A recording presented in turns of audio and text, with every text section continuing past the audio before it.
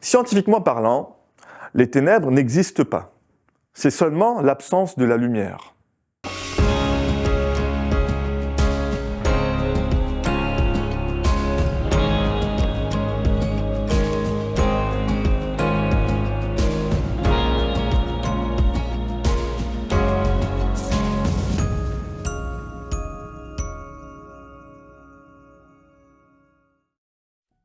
Cette semaine, le texte qui nous est proposé dans la fiche AET est Hébreux, au chapitre 8, versets 1 à 6.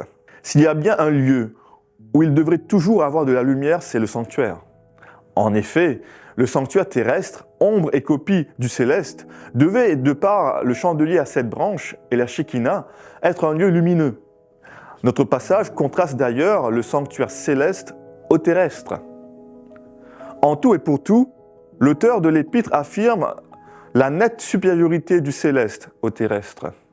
Tout y est mieux, de la structure au constructeur, des meubles au rituel, du grand prêtre au sacrifice, tout démontre que le sanctuaire céleste dépasse de loin le terrestre. La différence principale étant le Christ.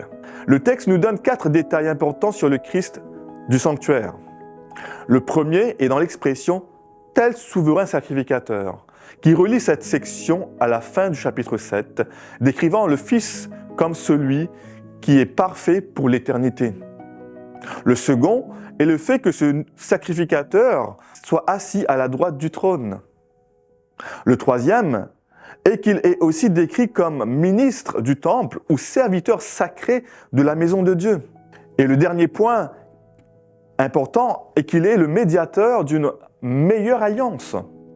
Tout semble dire que si le sanctuaire terrestre était un lieu illuminé, le céleste devrait éclater de gloire. Or, dans le conflit ou dans le contexte du grand conflit, en quoi les superlatifs attribués à Jésus sont-ils déterminants?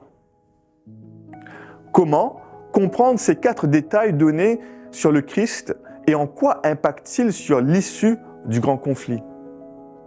Telles sont les pistes de réflexion qui pourraient peut-être nourrir notre étude de la semaine. Bonne étude à vous!